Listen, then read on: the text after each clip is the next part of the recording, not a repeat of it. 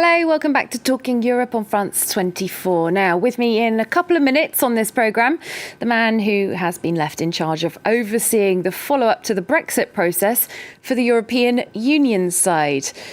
Right now, though, let's talk about what we're going to be discussing with him. The major focus of the EU-UK relationship at the moment is one specific part of the UK, Northern Ireland.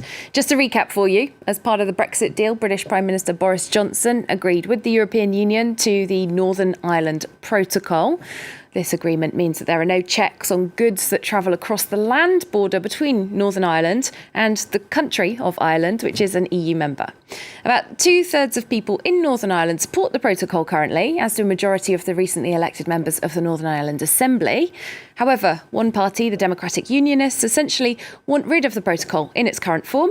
This party currently blocking the Northern Irish devolved government from operating. Well, here's what the UK's Prime Minister, Boris Johnson, had to say about it all this week. Northern Ireland is an incredible place, got a fantastic future. At the moment, very sadly, the institutions of democracy, the political governance of Northern Ireland has collapsed. The institutions set up under the Belfast Good Friday Agreement aren't functioning. It's clear that the unionist community won't accept the protocol. That's, I'm afraid, obvious from what has happened. We've got to fix it, and we'll have to.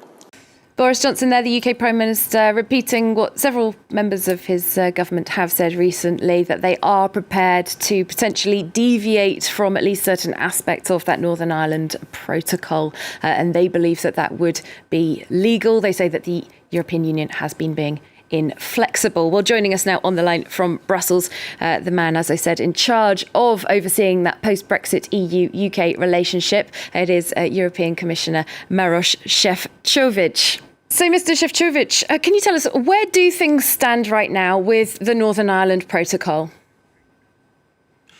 I think we are expecting the announcement next week. I had yesterday a phone call with Liz Truss, the Foreign Secretary of the United Kingdom, and she informed me that probably already in the next week they will proceed with the announcement on possible unilateral measures which would override the protocol on Ireland and Northern Ireland. And that's something which been advising against because we know that only joint solution would lead to resolution of the problems in Northern Ireland, about which we are well informed and to which we proposed very concrete measures how to resolve them. So we prefer definitely return to the negotiation table instead of unilateral measures taken by the United Kingdom government. Indeed. The UK government on Thursday essentially said, though, that you at the European Commission, or the EU, are being inflexible. Do you accept that statement? No, I totally don't accept that statement because we've been the forthcoming party. We've been the party which was bringing the solutions to the table since more than a year. We reacted very quickly to all the issues which have been raised with me when I visited Northern Ireland in September last year. We presented quite unprecedented package of measures where we promised we would solve the issue of supply of medicines, which we did even by changing our own European laws. And we also proposed a cut in controls if it comes to phytosanitary area by 80% and reduction of customs procedures by more than a half.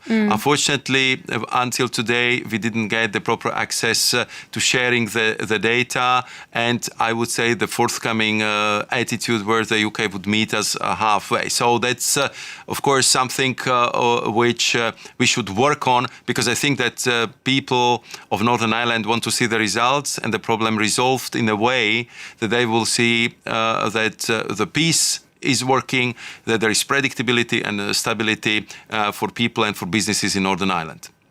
There are issues of trust involved in this as well. On Thursday, you said honesty about what the UK signed up to is needed. What did you mean by that? With whom is the British government being dishonest? I think that yesterday we had the first session of the joint parliamentary assembly. And of course, this question was raised there. So I had to say that first and foremost, the protocol on Ireland and Northern Ireland was negotiated with the UK government at the express wish of the UK government. It was part and parcel of the withdrawal agreement. And on this basis, we built a trade and cooperation agreement. And I have to say that since moment one, we had problems with the implementation of the protocol. We have seen Internal Market Bill 1, then we saw unilateral measures presented by Lord Frost, then we had the command paper, and now we have another package of possible unilateral measures coming from the UK government. So therefore I said that once we be negotiating something so hard and of such importance in such a difficult circumstances, we should really stick to our international legal obligation and respect the international law. Well, if the British government does go through with what it's saying it could do, ripping up the Northern Ireland Protocol or deviating from parts of it, how will the European Commission respond? At first and foremost, we are never in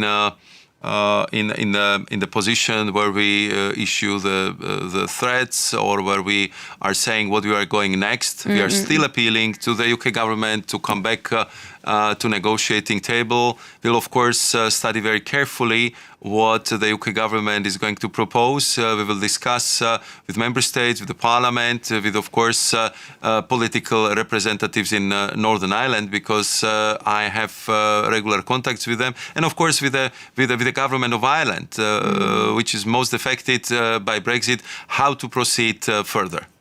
Just very briefly, are we heading for a trade war?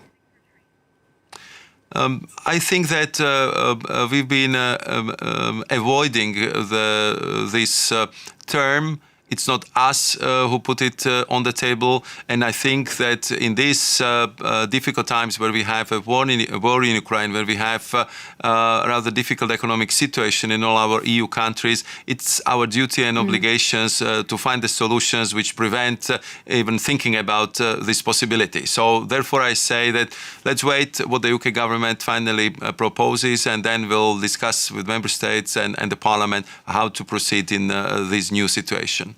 Maros Sefcovic, thank you very much. Thank you very much.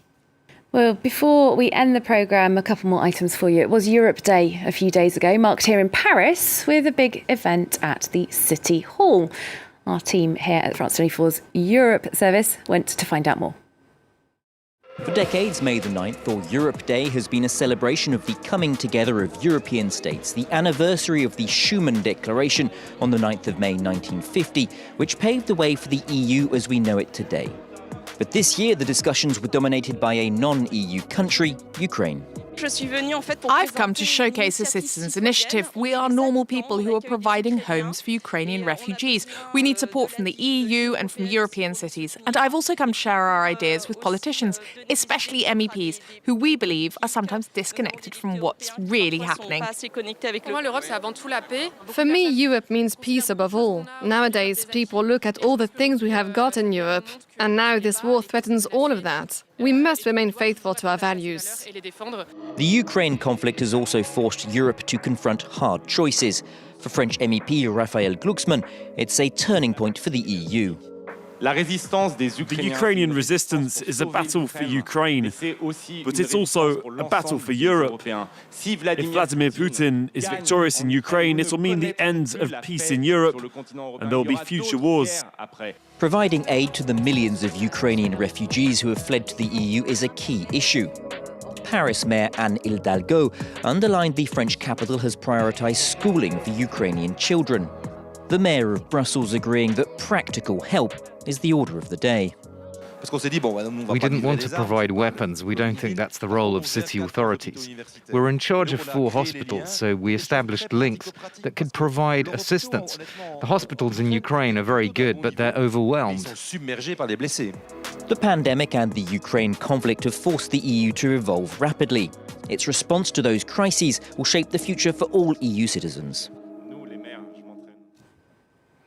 And moving on with our regular fake news fact check now. This time we're debunking a claim from Hungary's Justice Minister about how much help her country has had in managing irregular migration. Has the EU offered no help to Hungary to deal with migration? On the 23rd of March, just as leaders gathered for summits in Brussels, the Hungarian Justice Minister, Judit Varga, wrote in her Facebook post, "When we stopped migration in accordance with international conventions, we received no help from the EU."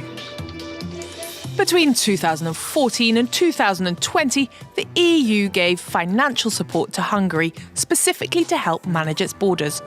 110 million euros worth to fund domestic security forces and other areas linked to migration. Hungary also requested and received emergency funds on 4 separate occasions. As such, in this 8-year period, the EU provided a total of 137 million euros, or around 45 billion Hungarian forints, to help Hungary cope with the migration spike. The Hungarian Justice Minister later claimed that her Facebook post was specifically referencing a border fence, which her government built in the south of the country. The European Union stated in advance that it would not support the metal barrier, and as such, when Viktor Orban's government went ahead with its construction in 2015, the EU provided no funding for this specific project. The wall remains highly controversial. In summary, the Hungarian government has received financial help from the EU to manage migration.